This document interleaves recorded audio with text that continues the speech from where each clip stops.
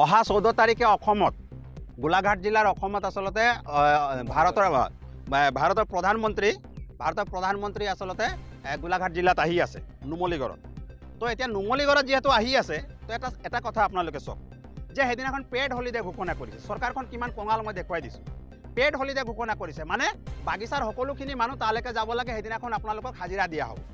কিন্তু যিটো নেকি গোলাঘাট জিলাৰ উপায়ুক্ত মহোদয়ৰ লগত, গোলাঘাট জিলাৰ আৰক্ষী মহোদয়ৰ লগত আৰু বিভাগীয় কৰ্তৃপক্ষৰ লগত আমি আলাপ আলোচনা যিটো কৰা হ'ল, তেওঁলোকে ক'লে যে 20% বোনাছ ঘোষণা কৰা হ'ল।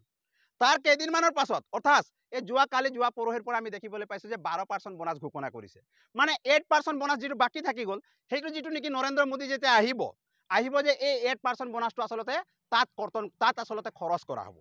মানে গাড়ী দি মানুহ আনিব, অন্যান্য বিভাগীয় পুলিচ প্ৰশাসনক আনি মেলি পেলাই জমা কৰিব। এতিয়া এই 8% যিটো নেকি বোনাছ, সেইটো এতিয়া আচলতে এই নৰেন্দ্ৰ মোদী ডাঙৰীয়া যিটো নেকি নুমলীগড় তেল উদ্যানগৰত আহিব, তাত আচলতে খৰচ কৰা হ'ব। আৰু য'ত খৰচ কৰা হ'ব, যি ৰাস্তা দি আহিব, সেইটোও কিন্তু নৰেন্দ্ৰ মোদী ডাঙৰীয়া বগানত দেখিবলৈ পাইছোঁ 25 আচলতে যিটো নেকি বিঘা মাটি আছে, 25 বিঘাৰ মাটি মাজেদি যিটো নেকি ৰাস্তা আহিছে, সেই চাহ বাগিচাক উভালি মেলি পেলাই সেইটোতে আচলতে আহিব। এজন ব্যক্তিৰ কাৰণে আচলতে কৰা হৈছে। এইটো বৰ দুখৰ কথা, আমি নকলো সেইটো কথা, কিন্তু ঝুমুৰ নৃত্যক আচলতে অপমান কৰা হৈছে।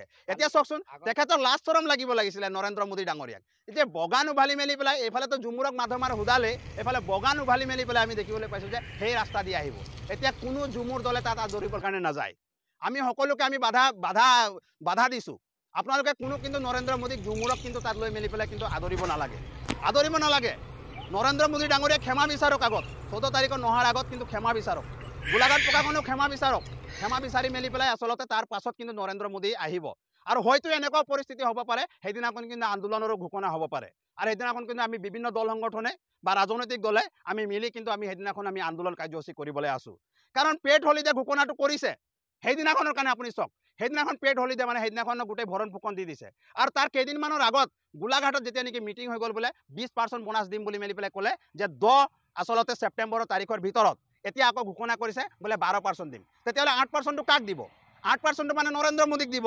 নৰেন্দ্ৰ মোদী যিটো নেকি আচলতে আহিব, তেখেতৰ কাৰণে খৰচ কৰিব।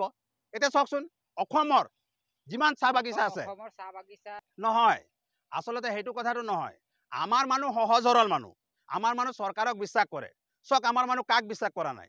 এটা সময়তো হাতত ভোট দিলে, এটা সময়ত হাতীত ভোট দিলে, এটা সময়ত নিৰ্দলীয়কো ভোট দিলে, আনকি এতিয়া বিজেপিকো ভোট দিলে। বিশ্বাস সকলোকে কৰে, বিশ্বাস কৰি লয়। বিশ্বাস কৰাৰ কাৰণে আচলতে সকলোখিনি বিশ্বাসঘাতক কৰিছে। আমাৰ মানুহবিলাক অন্তৰ হৃদয় আচলতে কোমল হোৱাৰ কাৰণে আচলতে এতিয়া দেখিছোঁ যে সেইটো ফাইদা এটা উঠাইছে। গতিকে চাহ শ্ৰমিকৰ ওপৰত এনেকুৱা প্ৰতাৰণা কৰিবলৈ দিয়া নহ'ব। এইটো বৰ দুখৰ বিষয়। এনেকুৱা কিন্তু কৰাটো কিন্তু আমি কেতিয়াও মানি লোৱা নাই।